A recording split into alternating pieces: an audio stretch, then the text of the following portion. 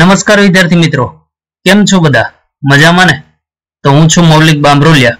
આપણે ધોરણ 12 સાયન્સની અંદર ખૂબ જ સરસ મજાનું ચેપ્ટર, એક અગત્યનું ચેપ્ટર દ્રાવણો, એના વિશેની ચર્ચા ચાલુ છે. જેની અંદર આપણે પાર્ટ 1 ની અંદર આપણે જોઈ ચૂક્યા છીએ. પ્રસ્તાવના જોઈ હતી આપણે. પ્રસ્તાવનાની અંદર ઘણી બધી માહિતી આપી હતી કે જેમાં આપણે બ્રાસ, જર્મન સિલ્વર, બ્રોન્ઝ એ મિશ્ર ધાતુ છે, એક પ્રકારનું મિશ્રણ જ છે, અને એની અંદર કઈ કઈ ધાતુ છે એનો ઉપયોગ થાય છે એના વિશેની ચર્ચા કરી. ત્યાર પછી આપણે વાત કરી હતી કે કોઈ પણ દ્રાવણ હોય કે મિશ્રણ હોય એનો ઉપયોગ કરવો હોય તો આપણે એના બંધારણ અને પ્રમાણ છે એ જાણતા હોવા જોઈએ, તો એનો ઉપયોગ આપણે સારી રીતે કરી શકતા હોઈએ છીએ. જેના એક્ઝામ્પલની અંદર આપણે ફ્લોરાઇડ આયનની સાંદ્રતા માટેના અલગ અલગ એક્ઝામ્પલ જોયા હતા. ત્યાર પછી આપણે આગળ વાત કરી હતી કે જેની અંદર દ્રાવણ એટલે શું, તો કે દ્રાવણની વ્યાખ્યા આપી હતી આપણે કે બે થી વધારે પદાર્થો જ્યારે ભેગા થતા હોય અને એનું સમાંગ અથવા તો એકરૂપ મિશ્રણ બનતું હોય ત્યારે એને આપણે દ્રાવણ તરીકે ઓળખતા હોય.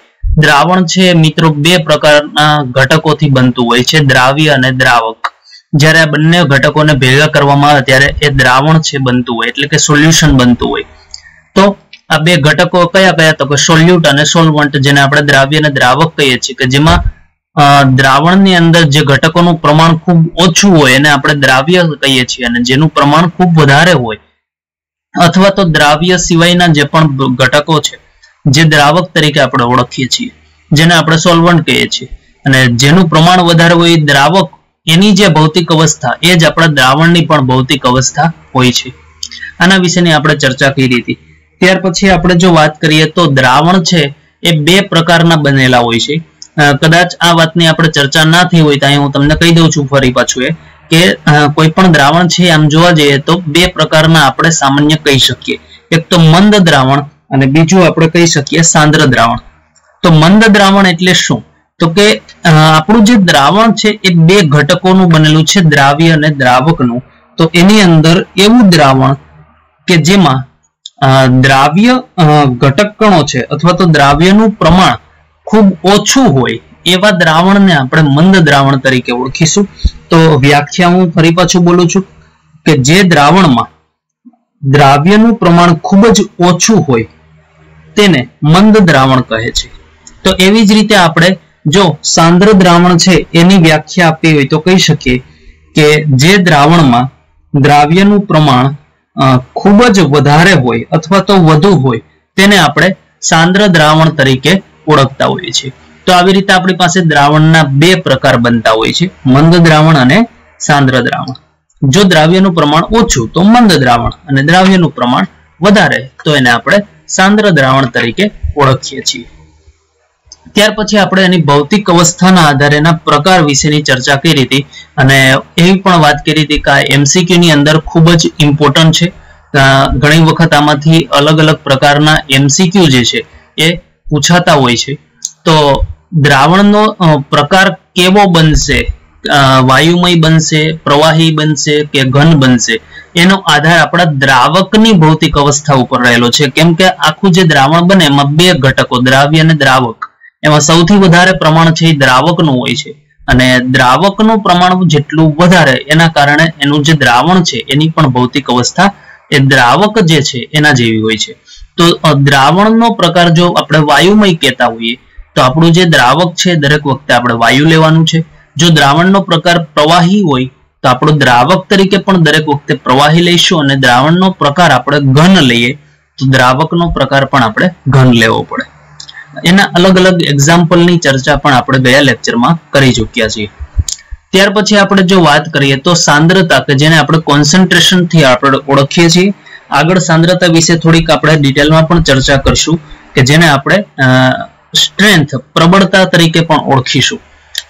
જે સમય આવશે ત્યારે ફરી પાછું હું તમને યાદ અપાવીશ. અત્યારે આપણે વાત કરીએ તો જે સાંદ્રતા છે એના માટે વાત કરીએ તો એકમ કદ અથવા તો એકમ વજનમાં જે આપણે દ્રાવ્યનો જથ્થો ઓગાળીએ છીએ એને એ દ્રાવણની સાંદ્રતા તરીકે આપણે ઓળખતા હોઈએ છીએ. એના માટે દર્શાવવા માટેની અલગ અલગ ઘણી બધી પદ્ધતિઓ છે, અથવા તો એને દર્શાવવા માટેના એકમો કહી શકાય, જેની અંદર આપણે નોર્માલિટી, સપ્રમાણતા, ગ્રામ તુલ્યતા પણ બોલતા હોય છે. કેપિટલ N વડે દર્શાવીએ, મોલારિટી કેપિટલ M વજન અંશ છે, તો એની અંદર આપણે ત્રણ પ્રકાર કીધા હતા. કદથી ટકાવારી છે પર્સન્ટેજ V/V. ત્યાર પછી આપણે વજનથી ટકાવારી જેને પર્સન્ટેજ W/V તરીકે ઓળખીએ છીએ. ત્યાર પછી વજન કદથી ટકાવારી જેને આપણે પર્સન્ટેજ W/V તરીકે ઓળખીએ. ત્યાર પછી વાત કરીએ તો ફોર્માલિટી જેને કેપિટલ F વડે દર્શાવીએ છીએ, મોલ અંશ કેપિટલ X વડે દર્શાવીએ, પાર્ટ્સ પર મિલિયન ppm તરીકે દર્શાવીએ, જેની અંદર આપણે ત્રણ વસ્તુ વિશેની ચર્ચા થશે: વજનથી ppm, વજન કદથી ppm અને કદથી ppm. ત્યાર પછી છેલ્લે આપણે મોલાલિટી વિશેની ચર્ચા કરશું. ત્યાર પછી આપણે એક મહત્વની આની અંદર વાત એ કરેલી કે તાપમાન ઉપર આધારિત જે એકમો છે એ કયા કયા લઈ શકાય. તો મિત્રો જેટલા પણ આપણે એકમો દર્શાવ્યા છે અહીંયા એની અંદર જે સૂત્રોની અંદર જે એકમોની અંદર કદનો સમાવેશ થતો હશે એ બધા તાપમાન ઉપર આધારિત એકમો છે. અને એવા એકમોને યાદ રાખવા માટે આપણે અહીંયા ડેલ્ટા તરીકેની સંજ્ઞા અહીંયા આપણે દર્શાવેલી છે. તો આ જેટલા પણ એકમોની નીચે આપણે ડેલ્ટાની સંજ્ઞા દર્શાવીએ છીએ એનો મતલબ એ તાપમાન ઉપર આધારિત એકમો છે. બીજો અર્થ એવો કહી શકાય કે બધા કદ ઉપર આધારિત એકમો છે. તો આટલા સુધીની ચર્ચા આપણે લેક્ચર 1 ની અંદર સોલ્યુશન ચેપ્ટર ચાલી રહ્યું છે એની અંદર લેક્ચર 1 ની અંદર ચર્ચા કરી ચૂક્યા છીએ. આશા રાખું છું કે તમે બધા આટલા સુધીની કમ્પ્લીટ તૈયારી સાથે વિડીયો જોયો હશે. હવે આપણે આજે લેક્ચર 2 જોવા જઈ રહ્યા છીએ, પાર્ટ 2 સોલ્યુશનનો પાર્ટ 2, જેની અંદર આપણે ચર્ચા કરવાની છે નોર્માલિટી એટલે કે સપ્રમાણતા, ગ્રામ તુલ્યતા, એના વિશે ચર્ચા કરશું, એના સૂત્રો તારવણી કરશું અને ત્યાર પછી એના અલગ અલગ એક્ઝામ્પલ વિશેની ચર્ચા આ જે ચેપ્ટર છે એની અંદર પાર્ટ 2 ની અંદર આપણે કરવા જઈ રહ્યા છીએ સ્ટેપ બાય સ્ટેપ. ચાલુ કરીએ છીએ આપણે આજનો લેક્ચર. નોર્માલિટી વિશેથી શરૂઆત કરશું. તો હેડિંગ આપી દઈએ છીએ નોર્માલિટી એટલે કે સપ્રમાણતા અથવા તો એને ગ્રામ તુલ્યતા તરીકે પણ આપણે ઓળખીએ છીએ, જેની સંજ્ઞા આપણે કેપિટલ N દર્શાવીએ છીએ. તો આપણે જેમ અગાઉ વાત કરી એમ ધોરણ 11 સાયન્સની અંદર આ સૂત્રોની તારવણી આપણે શીખવાડેલી છે, છતાં પણ આપણે ફરીથી એક વખત રિવાઇઝ થઈ શકે અને ફરી પાછું આપણે એને જોઈ લઈએ છીએ. એટલા માટે આપણે પેલા શરૂઆતમાં એની વ્યાખ્યા જોઈ લઈએ કે 1 લીટર જલીય દ્રાવણમાં દ્રાવ્ય પદાર્થના તુલ્યભાર જેટલું જો વજન એક વખત ઓગાળવામાં આવે અને જે દ્રાવણ બને છે એ દ્રાવણને આપણે એક નોર્મલ દ્રાવણ છે એવું કહી શકીએ છીએ. અને એ દ્રાવણ છે એની નોર્માલિટી છે અને એક નોર્મલ છે એવું કહી શકાય. કહેવાનો આનો અર્થ એવો થાય છે કે અહીંયા આપણે જે દ્રાવણ બનાવવાનું છે એનું એક નોર્મલનું તમારે દ્રાવણ બનાવવું હોય તો એક નોર્મલ તમારે દ્રાવણ કેવી રીતે બનાવી શકાય? તો આપણે સિમ્પલ અહીંયા શું કરવાનું છે તો કે બે વસ્તુ ભેગી કરવાની છે, એક દ્રાવક અને એક દ્રાવ્ય. તો આ બીકર એક લઉં છું કે જેની અંદર આપણે એક દ્રાવક તરીકે મેં પાણી લીધેલું છે. તો અહીંયા દ્રાવક તરીકે હું લઉં છું પાણી અને આ બીકરની અંદર મારે એ દ્રાવ્યને ઓગાળવાનો છે.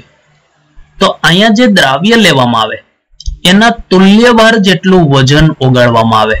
તુલ્યભારને અંગ્રેજીમાં આપણે ઇક્વિવેલેન્ટ વેટ તરીકે પણ ઓળખતા હોઈએ છીએ, તેને શોર્ટમાં EW પણ કહી શકીએ આપણે. તો ઇક્વિવેલેન્ટ વેટ જેટલું દ્રાવ્ય જો દ્રાવકની અંદર ઓગાળવામાં આવે અને પછી એનું જે દ્રાવણ બને, આ બંને ભેગા થઈને જે દ્રાવણ બને છે એ દ્રાવણ છે એની નોર્માલિટી એક નોર્મલ છે એવું કહી શકાય. પણ ક્યારે? 1 લીટર પાણી લેવાનું છે તમારે. પાણીની જે અમાઉન્ટ છે એનું કદ છે એ 1 લીટર લેવાનું છે અને દ્રાવ્યનું વજન છે તમારે એના તુલ્યભાર જેટલું લેવાનું છે.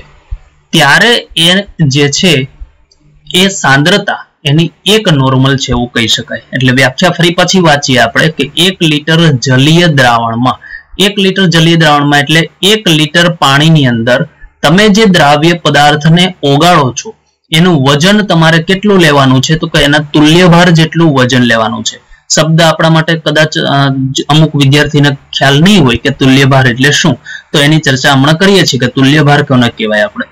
તો એટલું વજન, તુલ્યભાર જેટલું વજન છે એ આપણે દ્રાવકની અંદર એક વખત ઓગાળવામાં આવે તો જે દ્રાવણ બને છે એને એક નોર્મલ દ્રાવણ તરીકે આપણે ઓળખીશું. તો એક નોર્મલ દ્રાવણ કહેવામાં આવે છે અને એ દ્રાવણની નોર્માલિટી 1 છે એવું કહી શકીએ. એટલે કે નોર્માલિટી બરાબર આપણે 1 લખી શકીએ. ક્યારે? તો કે 1 લીટર પાણીમાં એના દ્રાવ્યના તુલ્યભાર જેટલું વજન ઓગાળીએ ત્યારે. તો આ વસ્તુને આપણે સૂત્ર દ્વારા દર્શાવીએ તો કઈ રીતે દર્શાવી શકીએ? તો એને આપણે અહીંયા સૂત્ર દ્વારા દર્શાવીએ છીએ હવે કે દ્રાવ્યનું વજન ગ્રામમાં લેવાનું છે, ભાગ્યા દ્રાવ્યનો તુલ્યભાર એને ગુણ્યા દ્રાવણનું કદ લીટરમાં. જો તમને યાદ હોય તો કાલે આપણે સાંદ્રતા માટેની વાત કરી હતી કે સાંદ્રતા છે એનો એકમ આપણે કીધું હતું કે એકમ કદમાં, એકમ કદ એટલે અહીંયા દ્રાવણનું કદ લેતા હતા અને એ આપણે લીટર માટે વાત કરતા હતા. એકમ કદમાં ઓગાળેલા દ્રાવ્યનો જથ્થો અથવા તો દ્રાવ્યનું વજન એને આપણે સાંદ્રતા કહીએ છીએ. તો સાથે સાથે હવે આપણે ખાલી ઉમેરવાનું શું આવ્યું અહીંયા તો કે ઇક્વિવેલેન્ટ વેટ એટલે કે EW જેને આપણે દ્રાવ્યનો તુલ્યભાર કહીએ છીએ. તો આટલો ભાગ જો આની અંદર ઉમેરી દેવામાં આવે તો આપણું જે સાંદ્રતાનું જે સૂત્ર છે એ નોર્માલિટી માટેનું બની જશે. હવે અહીંયા આપણે આગળ વાત કરીએ તો આની અંદર દ્રાવ્ય છે એનો તુલ્યભાર કોને કહેવાય? મેં હમણાં કીધું ને કે તુલ્યભાર એટલે શું? તો આપણે જેમ કોઈ સંયોજન હોય તો એનો આપણે અણુભાર અથવા તો મોલર દળ શોધતા હોય. જેમ આપને ખ્યાલ છે કે H2O છે તો આનો અણુભાર કેટલો? તો કે આનો અણુભાર જે છે એ 18 ગ્રામ પર મોલ છે. તો એવી રીતે આપણે એક પ્રકારનો તુલ્યભાર છે આપણે શોધવાનો છે. તો તુલ્યભાર છે એ દરેક માટે અલગ અલગ રીતે શોધી શકાય. જેમાં ખાસ કરીને આપણે વાત કરીએ તો કોઈ સંયોજન એવું છે કે જે એસિડિક છે તો એસિડ માટેનો તુલ્યભાર શોધવો હોય તો આપણે એનો અણુભાર ભાગ્યા બેઝિકતા લેવાનો. અણુભાર ભાગ્યા બેઝિકતા એટલો અર્થ શું થાય એનો? તો એની ચર્ચા અહીંયા કરીએ કે જેમ કે એસિડ તરીકે HCl છે તો HCl નો અણુભાર કેટલો થાય પહેલા તો કે હાઇડ્રોજનનો 1 અને Cl નો 35.5 એટલે ટોટલ થઈ ગયો આપણી પાસે 36.5 ગ્રામ પર મોલ. આ થઈ ગયો એનો અણુભાર. તો હવે એનો તુલ્યભાર શોધવો હોય તો આપણે શું કરવાનું તો કે HCl છે એને આપણે છૂટું પાડીએ તો H+ અને Cl-. કેટલા હાઇડ્રોજન છૂટા પડે છે તો કે 1 હાઇડ્રોજન છૂટા પડે છે એટલા માટે એની બેઝિકતા જે છે એ આપણે 1 કહીશું. તો હવે આપણે આ સૂત્ર પ્રમાણે કિંમત મૂકીએ તો શું થાય તો કે આ સૂત્ર પ્રમાણે કિંમત મૂકીએ તો અણુભાર આપણી પાસે આવે છે 36.5 અને ભાગ્યા બેઝિકતા 1. તો આપણો જે જવાબ આવ્યો હોય 36.5 આ એનો થઈ ગયો તુલ્યભાર. આવી રીતે આપણે H2SO4 માટે પણ ગણતરી કરી શકીએ. તો H2SO4 માટે ગણતરી કરીએ તો શું બનશે આપણી પાસે તો કે H2SO4 એનો પહેલા તો અણુભાર શોધવો પડે. તો H2SO4 નો અણુભાર દરેકને યાદ હશે જ 98. તો H2SO4 નો અણુભાર 98 ગ્રામ પર મોલ. હવે એના અંદર H+ કેટલા છૂટા પડે તો 2 H+ છૂટા પડે છે અને SO4 -2 બનતું હોય.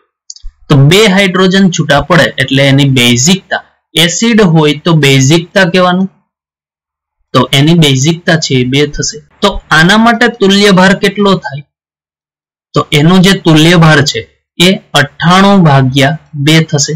તો આ રીતે આપણે કોઈ પણ એસિડ હોય એનો તુલ્યભાર શોધી શકીએ છીએ. એવી જ રીતે આપણે હવે કોઈ માની લઈએ કે બેઝિક સંયોજન આપેલું છે તો બેઝ માટેનો તુલ્યભાર શોધવો હોય તો આપણે શું કરવાનું? અણુભાર ભાગ્યા એની એસિડિકતા. જેમ એસિડ હતું તો આપણે બેઝિકતા લેતા હતા તો બેઝ હોય તો આપણે નીચે લેવાનું એસિડિકતા. એક્ઝામ્પલ તરીકે વાત કરીએ તો જેમ કે NaOH છે બેઝ છે તો NaOH માટે એનો અણુભાર કેટલો થાય પહેલા તો અણુભાર ચેક કરી લેવાનો. સોડિયમનો 23 થાય. ઓક્સિજન છે એનો કેટલો થાય તો કે ઓક્સિજનનો થાય 16, હાઇડ્રોજનનો થાય 1. તો ટોટલ કેટલો થઈ ગયો તો કે ટોટલ થઈ ગયા આપણી પાસે 23 + 16 અને 1 તો 40 ગ્રામ પર મોલ એનો અણુભાર થઈ ગયો.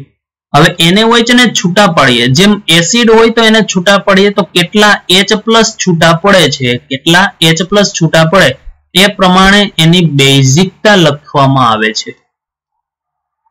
H+ ની સંખ્યાના આધારે આપણે બેઝિકતા લખતા હોઈએ. એવી રીતે આમાં OH- કેટલા છૂટા પડે છે એના આધારે આપણે એસિડિકતા નક્કી કરી શકીએ. તો આની અંદર OH- ની સંખ્યા નક્કી કરવા માટે OH- છૂટા પાડીએ આપણે Na+ અને OH-. તો એની સંખ્યા 1 આવી એટલે આ 1 એસિડિકતા થઈ આની. તો આપણી પાસે એસિડિકતા આવી 1, અણુભાર આવ્યો 40. તો અહીં મૂકી દઈએ 40 ભાગ્યા 1 જવાબ આવશે આપણો 40. તો આ રીતે આપણે કોઈ પણ બેઝ હશે એનો આપણે તુલ્યભાર છે એ શોધી શકીએ. જેમાં અણુભાર ભાગ્યા આપણે કરવાનું થશે એસિડિકતા અને એસિડ હોય તો અણુભાર ભાગ્યા બેઝિકતા. ત્યાર પછી હવે ત્રીજા માટે વાત કરીએ તો કે જેની અંદર આપણી પાસે આવશે ક્ષાર અથવા તો કોઈ તટસ્થ સંયોજન છે. પહેલા આપણે તુલ્યભાર જોયો એસિડ માટેનું, પછી જોયો બેઝ માટે, હવે આપણે જોવાનો છે ક્ષાર અથવા તો તટસ્થ સંયોજન માટેનો તુલ્યભાર. તો એના માટેનું જે સૂત્ર છે શું છે તો કે અણુભાર ભાગ્યા એની સંયોજક. તો કેટલી સંયોજકતા છે, હવે સંયોજકતા માટે આપણે અહીંયા ધ્યાનમાં એ લઈશું કે કેટલા સાથે જોડાય છે અથવા તો કેટલા ઇલેક્ટ્રોનની આપલે કરે છે, ઇલેક્ટ્રોનની આપલે અથવા તો ઇલેક્ટ્રોનની ફેરબદલી. તો કોઈ પણ રાસાયણિક પ્રક્રિયા આનો ઉપયોગ મોટા ભાગે ક્યાં થશે તો કે રેડોક્સ પ્રક્રિયાની અંદર થશે. રેડોક્સ પ્રક્રિયાની અંદર આપણે પ્રક્રિયાને સંતુલિત કરતા શીખવાડેલી. તો પ્રક્રિયા સંતુલિત કરવા માટે આપણે ઇલેક્ટ્રોનના આધારે પ્રક્રિયાને સંતુલિત કરેલી હતી અને એ ઇલેક્ટ્રોનની ફેરબદલી કેટલી થાય, ઇલેક્ટ્રોન મેળવે અથવા તો ગુમાવે એની સંખ્યાના આધારે આપણે અહીંયા એની સંયોજકતા લખવાની થશે. આગળ આના પણ આપણે એક્ઝામ્પલ ચેપ્ટર 8 ની અંદર પણ કરાવ્યા છે. તો એના આધારે આપણે કોઈ પણ ક્ષાર અથવા તો તટસ્થ સંયોજન હોય એનો આપણે તુલ્યભાર છે નક્કી કરી શકતા હોઈએ. તો આ ત્રણ રીત દ્વારા આપણે કોઈ પણ એસિડ, બેઝ કે ક્ષાર અથવા તો તટસ્થ સંયોજન હોય એનો આપણે અણુભાર છે એના આધારે અને એની એસિડિકતા, બેઝિકતા અને સંયોજકતાના આધારે આપણે તુલ્યભાર છે એ નક્કી કરવાનો હોય છે અને એ તુલ્યભારનો ઉપયોગ આપણે નોર્માલિટી શોધવા માટે કરવાનો થશે. આગળ વાત કરીએ તો નોર્માલિટી માટે આપણે નીચે દ્રાવણ છે એનું કદ છે એ લીટરમાં લીધેલું હતું. અહીંયા આ લીટરની જગ્યાએ જો આપણે ml માં લખવું હોય તો ઉપર એને 1000 વડે આપણે ગુણવા પડશે. તો એ સૂત્રની અંદર આપણે ફેરફાર કરીને આ નવું એક સૂત્ર બનાવી શકીએ કે જેની અંદર આપણે 1000 ગુણ્યા દ્રાવ્યનું વજન ગ્રામમાં ભાગ્યા દ્રાવ્યનો તુલ્યભાર ગુણ્યા દ્રાવણનું કદ હવે અક્ષર લખશું એમાં ml માં. તો આ તો કઈ એટલું નવીન નથી પણ કઈ રીતે એને સૂત્રની અંદર આપણે લઈ આવવું એ ખાસ ખ્યાલ રાખવાનો છે. 1000 ને આપણે હવે આ રીતે લખી શકીએ છીએ 10 ગુણ્યા 100 એટલે 1000 જ થશે. તો આ રીતે લખવાનું મેઇન કારણ શું છે તો કે આપણે પર્સન્ટેજ માટેના સમીકરણો છે બનાવવા છે એટલા માટે આપણે અહીંયા એક સમીકરણ બનાવીએ છીએ કે જેની અંદર આપણે 10 છે એમણે લીધેલા છે અહીંયા. ત્યાર પછી પર્સન્ટેજ છે તો એ 100 ઉપરથી આપને જોવા મળશે, 100 એટલે પર્સન્ટેજ થશે. પછી ઉપર છે આપણી પાસે દ્રાવ્યનું વજન જે ગ્રામમાં વજનને આપણે W તરીકે દર્શાવશું એટલે આપણે અહીંયા W તરીકે દર્શાવી છે દ્રાવ્યનું વજન. ત્યાર પછી વાત કરીએ તો દ્રાવણનું કદ, કદને આપણે V તરીકે દર્શાવશું તો દ્રાવણનું કદ તો દ્રાવ્યનું વજન ભાગ્યા દ્રાવણનું કદ એટલે W/V જેને આપણે અહીંયા દર્શાવ્યું છે અને અહીંયા આપણી પાસે ગુણ્યા 100 છે એટલે પર્સન્ટેજ એના ગુણાકારમાં આવી ગયું. બાકી રહ્યો આપણો દ્રાવ્યનો તુલ્યભાર જે આપણે અહીંયા નીચે બતાવ્યો છે દ્રાવ્યનો તુલ્યભાર. તો આ રીતે આપણે એક નવું સમીકરણ છે બનાવી શકીએ છીએ. ત્યાર પછી આગળ વાત કરીએ તો આ જે સમીકરણ છે એની અંદર આપણે આ સૂત્રમાં ઉપર અને નીચે એટલે કે ઉપરની બાજુ અને નીચેની બાજુએ દ્રાવણનું વજન ગ્રામમાં આના વડે ગુણવાનું છે અહીંયા અને નીચે પણ બંને બાજુ દ્રાવણનું વજન વડે આ સમીકરણને ગુણવાનું છે. તો જે સમીકરણ બને છે એ સમીકરણ કંઈક આ રીતનું બનશે આપણી પાસે કે 10 ગુણ્યા 100 દ્રાવ્યનું વજન ગ્રામમાં ગુણ્યા દ્રાવણનું વજન ગ્રામમાં ભાગ્યા દ્રાવ્યનો તુલ્યભાર ગુણ્યા દ્રાવણનું કદ ml માં અને દ્રાવણનું વજન ગ્રામમાં. તો અહીંયા આપણે સમીકરણમાં તમે જોશો તો ઉપર અને નીચે દ્રાવણનું વજન ગ્રામમાં એના વડે આપણે ગુણી દીધા છે. હવે આવું કરવાનું મેઇન કારણ શું છે એ આપણે નીચેનું એક સમીકરણ આવશે એના ઉપરથી આપણે ખ્યાલ આવશે. આ સમીકરણમાં ઘનતા સાથેના સંબંધને આપણે અહીંયા ધ્યાનમાં લેવો છે એટલા માટે આપણે આ સમીકરણ બનાવીએ છીએ. તો આ સમીકરણની અંદર આપણે વાત કરીએ તો પર્સન્ટેજ તો 100 ઉપરથી આવી જશે. દ્રાવ્યનું વજન છે તો વજન એટલે W જેને આપણે W તરીકે દર્શાવેલું છે. ત્યાર પછી વાત કરીએ તો કે દ્રાવણનું વજન કે જેને પણ આપણે W તરીકે દર્શાવીએ તો દ્રાવ્યનું વજન ભાગ્યા દ્રાવણનું વજન જેને આપણે અહીંયા W/W તરીકે દર્શાવીએ. ખાસ યાદ રાખજો આગળનું જે સમીકરણ હતું એની અંદર પર્સન્ટેજ W/V હતું. હવે જે સમીકરણ આપણે આ બનાવ્યું એની અંદર W/W છે. ઓકે, ત્યાર પછી આગળ ચર્ચા કરીએ તો કે જેની અંદર આપણે ઘનતા માટેના સમીકરણની વાત કરીએ તો ઘનતાનું સમીકરણ આપને ખ્યાલ છે કે કોઈ પણ વસ્તુની ઘનતા કેટલી હોય તો વજન ભાગ્યા કદ જેટલી. હવે જો મારે દ્રાવણની ઘનતા જોતી હોય, દ્રાવણની ઘનતા. તો અહીંયા સમીકરણ આવું બને, દ્રાવણનું વજન ભાગ્યા દ્રાવણનું કદ. તો દ્રાવણનું વજન ભાગ્યા દ્રાવણનું કદ એટલે ઘનતા. તો આપણી પાસે અહીંયા એ છે જ કે દ્રાવણનું વજન ભાગ્યા દ્રાવણનું કદ. તો એના ઉપરથી આપણે અહીંયા આ સમીકરણ બનાવશું, દ્રાવણનું વજન ભાગ્યા દ્રાવણનું કદ એટલે ઘનતા. અને એ ઘનતા જે છે એને આપણે અહીંયા દર્શાવેલી છે. બાકીની કોઈ પણ વસ્તુમાં ફેરફાર થયેલો નથી. 10 ના 10 એમણમ લીધેલા. દ્રાવ્યનો તુલ્યભાર પણ આ રીતે આપણે અહીંયા મૂકેલો છે. તો આ રીતે આપણે અહીંયા સમીકરણ છે એને આપણે સાબિત કરી શકતા હોઈએ છીએ. હવે વાત કરીએ કે જો શરૂઆત છે એમાં કોઈ દ્રાવણ છે એ લીધેલું છે. આપણે શરૂઆતની અંદર એક દ્રાવણ છે એ લઉં છું. તો આ એક બીકર લઉં છું હું અહીંયા, અને આ બીકરની અંદર એક દ્રાવણ ભરેલું છે. આ જે દ્રાવણ છે એ શરૂઆતનું દ્રાવણ લીધેલું છે મેં, કે જેની અંદર એ દ્રાવણની જે નોર્માલિટી છે એ N1 છે અને એનું જે કદ છે એ V1 છે. તો શરૂઆતનું દ્રાવણનું કદ V1 અને એની નોર્માલિટી N1 છે.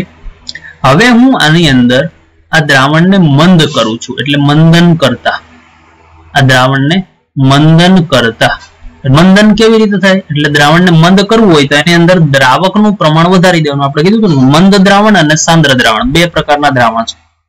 મંદ દ્રાવણ એટલે દ્રાવ્યનું પ્રમાણ ઓછું હોય અને દ્રાવકનું પ્રમાણ વધારે હોય, એને મંદ દ્રાવણ કહેવાય.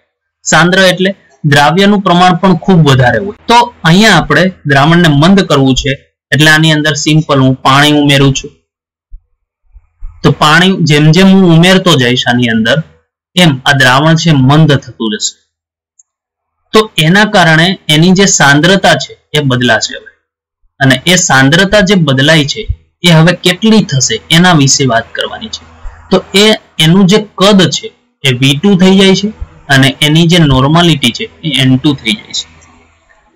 તો અંતિમ કદ કેટલું થયું? તો કે અંતિમ કદ એનું V2 થયું અને અંતિમ એની નોર્માલિટી N2 થાય છે. હવે આવું બનવા માટે કેમ થયું આવું?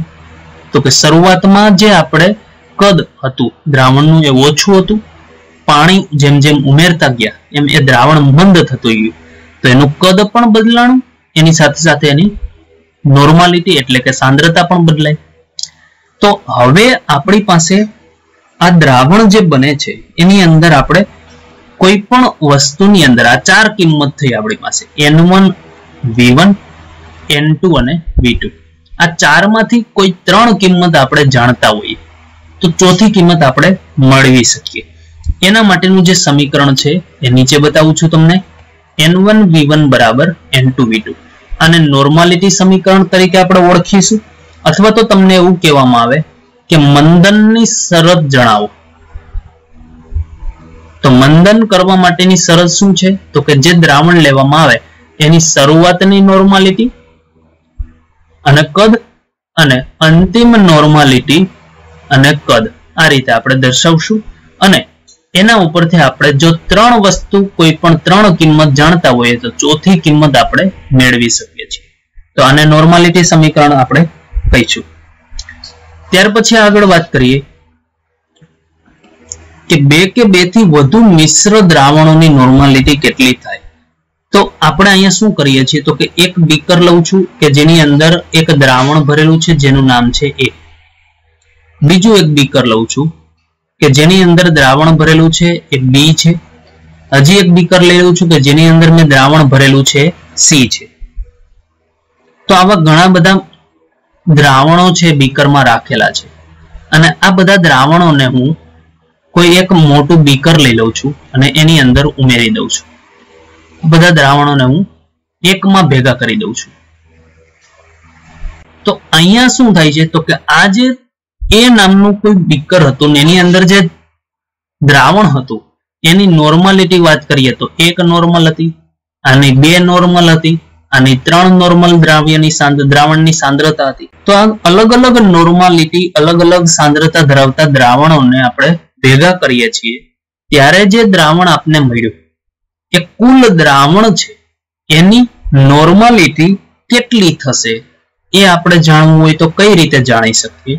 એના માટેનું સમીકરણ અહીંયા કહું છું કે નોર્માલિટી માટેનું જે કુલ દ્રાવણ જે બને છે એની નોર્માલિટી માટેનું સમીકરણ નોર્માલિટી બરાબર આપણે અહીંયા લખવાનું આ કુલ દ્રાવણની નોર્માલિટી એના બરાબર દ્રાવણ 1 ની નોર્માલિટી અને એનું કદ વત્તા દ્રાવણ 2 ની નોર્માલિટી એનું કદ વત્તા નોર્માલિટી દ્રાવણ 3 ની અને એનું કદ આ રીતે જેટલા પણ આપણે દ્રાવણો ભેગા કરીએ એનો સરવાળો ભાગ્યા કુલ કદનો સરવાળો એટલે V1 વત્તા V2 વત્તા V3 આવી રીતે જેટલા પણ દ્રાવણો એના કદનો સરવાળો કરતો આ રીતે આપણે 2 કે 2 થી વધારે જ્યારે દ્રાવણોને ભેગા કરવામાં આવે ત્યારે એક જે મિશ્ર દ્રાવણ મળે છે એની નોર્માલિટી કેટલી થશે એ આના ઉપરથી આપણે જાણી શકીએ છીએ હવે ત્યાર પછી આપણે ચર્ચા કરીએ છીએ કે આપણે નોર્માલિટીનો ટોપિક ચાલુ કર્યો ત્યારે આપણે નોર્માલિટીના અલગ અલગ નામ કીધેલા હતા એક તો નોર્માલિટી બીજું નામ કીધું હતું સપ્રમાણતા અને ત્રીજું એક નામ કીધું હતું ગ્રામ તુલ્યતા તો એને ગ્રામ તુલ્યતા શા માટે બોલવામાં આવે છે એના વિશે આપણે થોડીક ચર્ચા કરી લઈએ તો આપણું મેઇન જે સૂત્ર છે કે દ્રાવ્યનું વજન ગ્રામમાં દ્રાવ્યનો તુલ્યભાર અને દ્રાવણનું કદ લીટરમાં એ જે સૂત્ર છે એના ઉપરથી આપણે એ વસ્તુને સાબિત કરીએ કે અહીંયા જે દ્રાવણનું કદ છે નીચે લીટરમાં એને હું સામેની બાજુ બરાબરની સામેની બાજુ લઈ જાઉં તો એ નોર્માલિટીના ગુણાકારમાં જશે તો કંઈક આ રીતનું આપને સમીકરણ જોવા મળશે જેની અંદર નોર્માલિટી ગુણ્યા દ્રાવણનું કદને આપણે સામાન્ય રીતે V તરીકે વોલ્યુમ એટલે કદ તરીકે દર્શાવતા હોઈએ દ્રાવ્યનું વજન ગ્રામમાં ભાગ્ય દ્રાવ્યનો તુલ્યભાર તો દ્રાવ્યનું વજન ભાગ્ય દ્રાવ્યનો જે તુલ્યભાર છે એને આપણે તુલ્યાંક તરીકે ઓળખતા હોઈએ છીએ તો દ્રાવ્યનું વજન ભાગ્ય દ્રાવ્યનો તુલ્યભાર એટલે એને તુલ્યાંક શબ્દથી આપણે ઓળખીએ છીએ અને અહીંયા આપણી પાસે n * V તો અહીંયા આપણે જે સમીકરણ મળ્યું એના ઉપરથી આપણે એવું કહી શકીએ કે નોર્માલિટી છે એને આપણે ગ્રામ તુલ્યતા તરીકે પણ ઓળખી શકીએ કેમ તો કે ગ્રામ ભાગ્યા તુલ્યભાર એના શબ્દ ઉપરથી આપણે એને કહીએ છીએ ગ્રામ તુલ્યતા અથવા તો તુલ્યાંક તમને એવું કહેવામાં આવે કે એક તુલ્યાંક એટલે કેટલા તો કે n * V ના ગુણાકાર જેટલી કિંમત હોય એને એક તુલ્યાંક તરીકે ઓળખવામાં આવે છે તો n અને v ની કિંમત તમને આપેલી હોય તુલ્યાંક આપણે શોધી શકીએ છીએ તો અહીંયા આપણે આ નોર્માલિટીના સમીકરણો વિશેની ચર્ચા કરી હવે આપણે ધોરણ 11 સાયન્સની અંદર 7મું ચેપ્ટર જે સંતુલન છે એની અંદર આપણે આ સૂત્રો છે એના વિશેની થોડીક ચર્ચા કરેલી હતી કે જેમાં આપણે એસિડ વિશે બેઝ વિશે એની pH વિશેની માહિતી આ બધી ચર્ચા આપણે ધોરણ 11 ના 7મા ચેપ્ટર એટલે કે સંતુલનમાં કરી ચૂક્યા છે તો એના આધારે પણ આપણે ક્યાંક આપણે આવા નોર્માલિટીના સમીકરણો છે એનો ઉપયોગ કરવાનો થતો હોય છે તો એની ચર્ચા હવે આપણે કરીએ છીએ કે જો આપને એસિડ અને બેઝની pH માપવાનું તમને એવું કહેવામાં આવે કે એસિડ અને બેઝ ની pH શોધો તો એના વિશે તમને પૂછવામાં આવે તો કેવી રીતે એના સમીકરણો લખવા એની ચર્ચા આપણે કરીએ છીએ જેની અંદર આપણે પહેલી ચર્ચા કરીએ છીએ કે જો આપણી પાસે એસિડ ના મિશ્રણ આપવામાં આવે એસિડનું મિશ્રણ આપવામાં આવે તો એસિડના મિશ્રણની pH કેટલી થશે તમને આવું કહેવામાં આવે કે એસિડના મિશ્રણની pH કેટલી થશે તો એના માટેનું જે સમીકરણ છે તો એ આપણે આવી રીતે લખશું N1 V1 N2 V2 આવી રીતે આપણી પાસે જો ઘણા બધા એસિડ હોય તો આ રીતે આપણે એ લેતા જવાના દરેકનો સરવાળો કેના જેટલો તો કે n * V ના જેટલો થશે જો એસિડના મિશ્રણની pH પૂછવામાં આવી હોય તો અહીંયા n શું હશે તો કે n હશે અંતિમ જે દ્રાવણ ભેદ થશે આપણી પાસે તો અંતિમ દ્રાવણ એટલે આ બધા દ્રાવણો ભેગા કરીએ અને એની જે નોર્માલિટી થશે એ તો અંતિમ દ્રાવણની નોર્માલિટી અને એ નોર્માલિટી જેટલી હશે એટલી જ એની સાંદ્રતા H+ ની હશે કારણ કે n એટલે નોર્માલિટી સાંદ્રતાનો એકમ છે ત્યાર પછી વાત કરીએ તો V આ V શું હશે તો કે અંતિમ જે દ્રાવણ છે એનું કદ અને એ કેટલું હોય તો કે આ બધા જે ભેગા કર્યા છે દ્રાવણો આ પહેલું દ્રાવણ થયું આ બીજું દ્રાવણ થયું અહીંયા ત્રીજું ચોથું આવા ઘણા બધા દ્રાવણોને આપણે ભેગા કર્યા છે તો એના કુલ કદનો સરવાળો છે આ તો V1 + V2 + V3 આ રીતે. તો અહીંયા આપણે H+ છે એની સાંદ્રતા ખ્યાલ આવી શકે. જો આ N છે એની જગ્યાએ આપણે H+ મૂકી દેવામાં આવે તો જે સમીકરણ બને એ કંઈક આ રીતે આપણે બનાવી શકીએ કે H+ જો આપણે શોધવું હોય તો હવે આ V જે છે એ ક્યાં જાય તો કે આ દરેક દ્રાવણોના સરવાળાના ભાગાકારમાં જાય. તો N1 × V1 plus N2 × V2 plus આ રીતે જશે ભાગ્યા આપણે શું કહીએ છીએ તો કે V. હવે V એટલે શું તો કે N1 V1 plus N2 V2 આ રીતે. નીચે V એટલે શું તો કે કુલ દ્રાવણો છે એનું કદ. તો V1 પ્લસ V2 પ્લસ આ રીતે આપણે બતાવી શકીએ. તો તમને કોઈ એસિડના મિશ્રણની pH પૂછવામાં આવે તો નોર્માલિટીના ઉપયોગથી તમે એને શોધી શકો છો. H+ એટલે pH ની સાંદ્રતા છે, pH મળી શકે એના ઉપરથી આપણે. આવી જ રીતે આપણે જો તમને બેઝના મિશ્રણની pH પૂછવામાં આવે, બેઝના મિશ્રણની pH, તો ખાલી આ સૂત્રની અંદર જે આ ઉપર આપણે આ સૂત્ર સાબિત કર્યા એની અંદર આપણે બેઝ હોય તો OH- લેવાનું અને એસિડ હોય તો H+ લેવાનું હોય. તો બેઝ હોય તો OH- હોય તો આપણે અહીંયા OH- લખવાનું, બાકીનું બધું as it is રહેશે. N1 V1 N2 V2 આ રીતે. નીચે ભાગ્યા શું લઈશું આપણે V1 પ્લસ V2 પ્લસ આ રીતે. તો આ બેઝના મિશ્રણની pH વિશેની વાત થઈ. તો તમને એસિડ નું મિશ્રણ આપે એની pH પૂછે, બેઝનું મિશ્રણ આપે અને એની pH પૂછે તો તમે આ રીતે લખી શકો છો.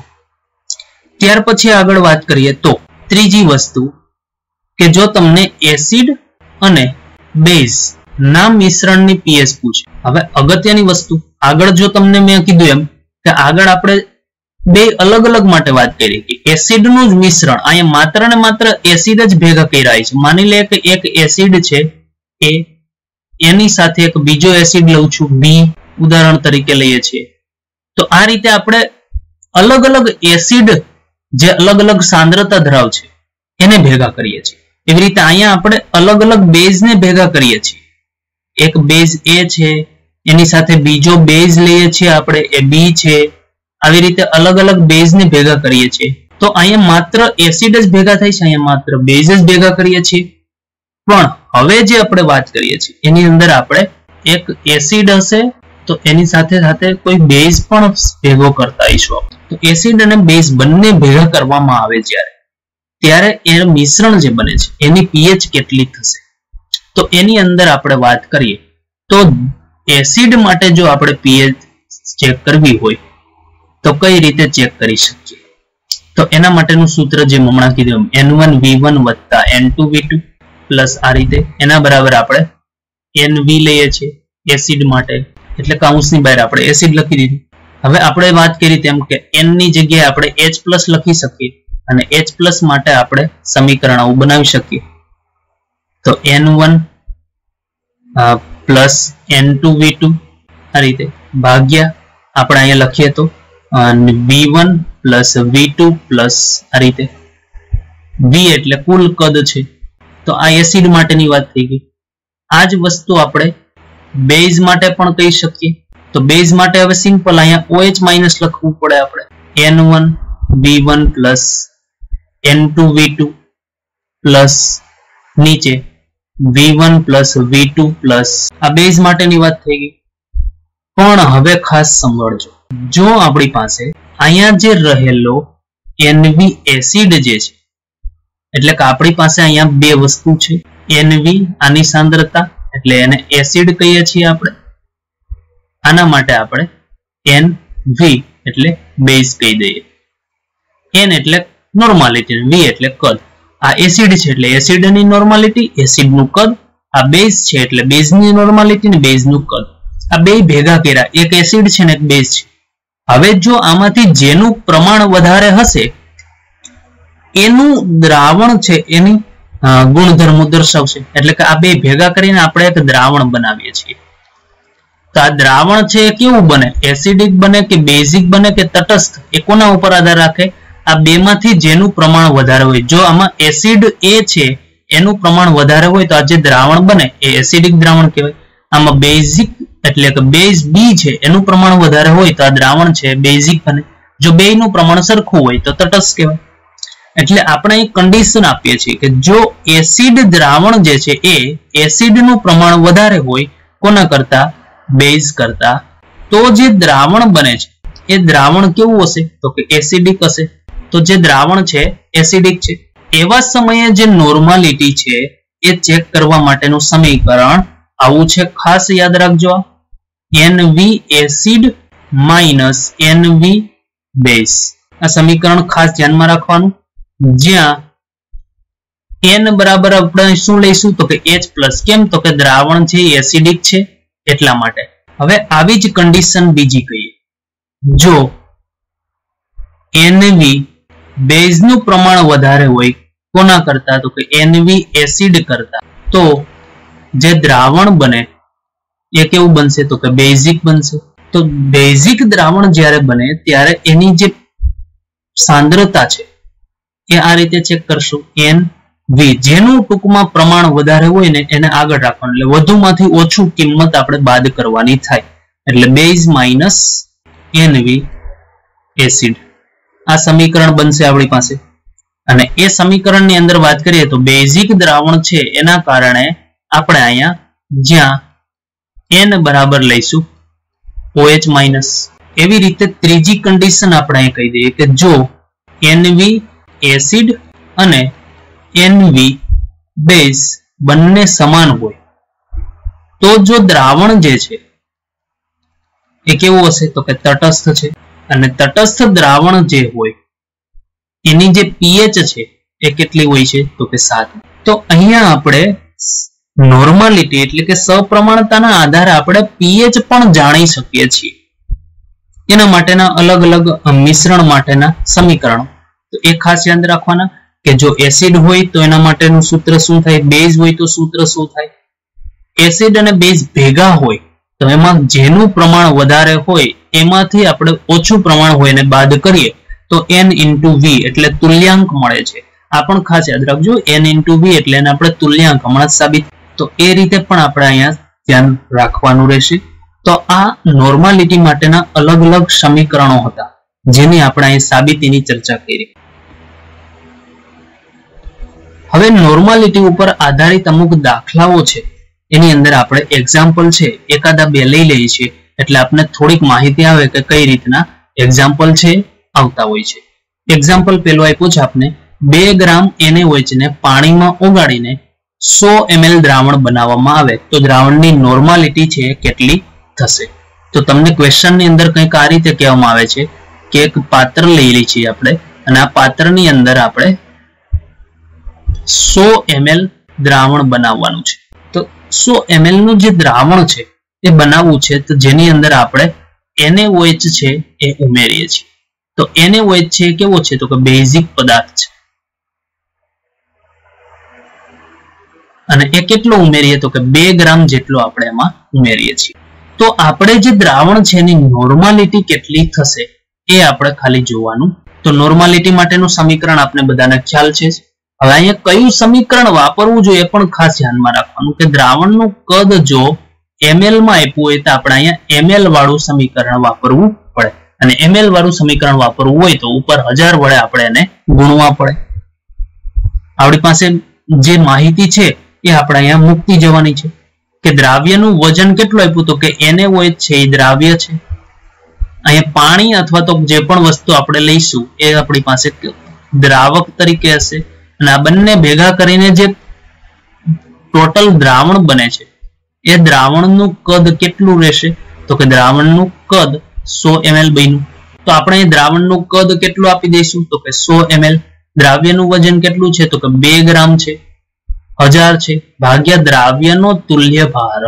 તો હવે તુલ્ય ભાર NaOH છે તો એની બેઝિક માટે બેઝિક પદાર્થ હોય તેની એસિડિકતા નક્કી કરવાની હોય, અને એસિડિકતા NaOH માટે કેટલી થાય તો કે NaOH ને છૂટું પાડીએ તો ખ્યાલ આવે આપને કે Na પ્લસ અને OH માઇનસ, તો એની એસિડિકતા 1 થાય. NaOH નો અણુભાર કેટલો થાય એ પણ જોવું પડે. તો NaOH નો અણુભાર કેટલો થશે તો કે 40 થાય. તો તો તુલ્યભાર માટે 40 ભાગ્યા 1 થશે. તો આપણે અહીં લખી દીધું 40 ભાગ્યા 1 એટલે 40 જ રહેશે. તો આ પ્રમાણે આપણે ગણતરી કરીએ તો આપણો જે જવાબ આવે કેટલો આવે 1/2 અથવા તો 0.5.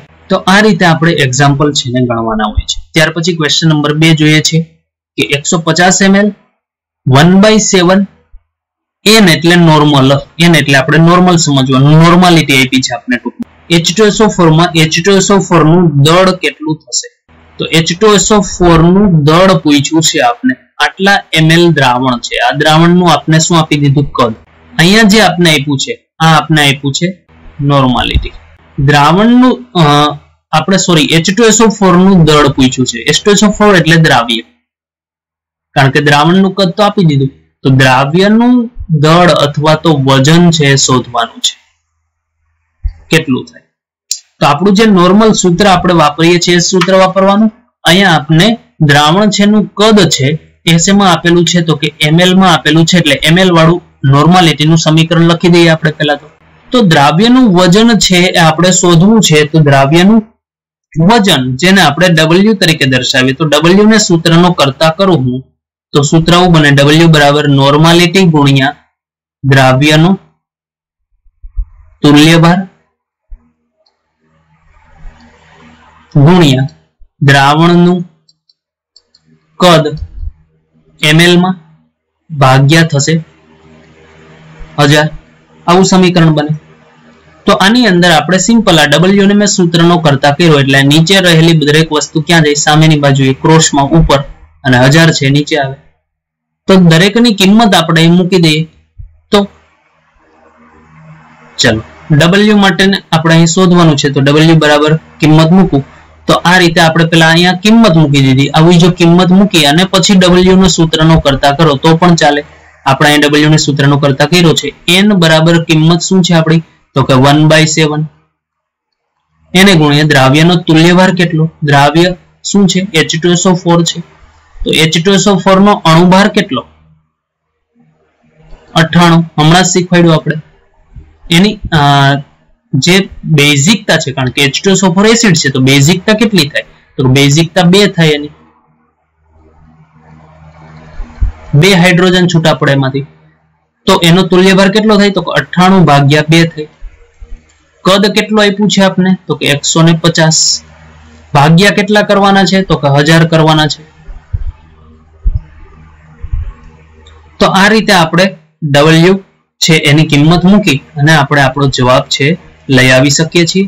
અત્યારે જે આપણો જે જવાબ આવશે અહીંયા આપણી પાસે થશે 49.7 અને અહીંયા આપણી પાસે 150 છે, એટલે 15 ગુણ્યા 7 એને ભાગ્યા આપણી પાસે રહેશે 100 અને એના ઉપરથી આપણે ગણતરી કરીએ તો જવાબ આવશે 1.05 ગ્રામ.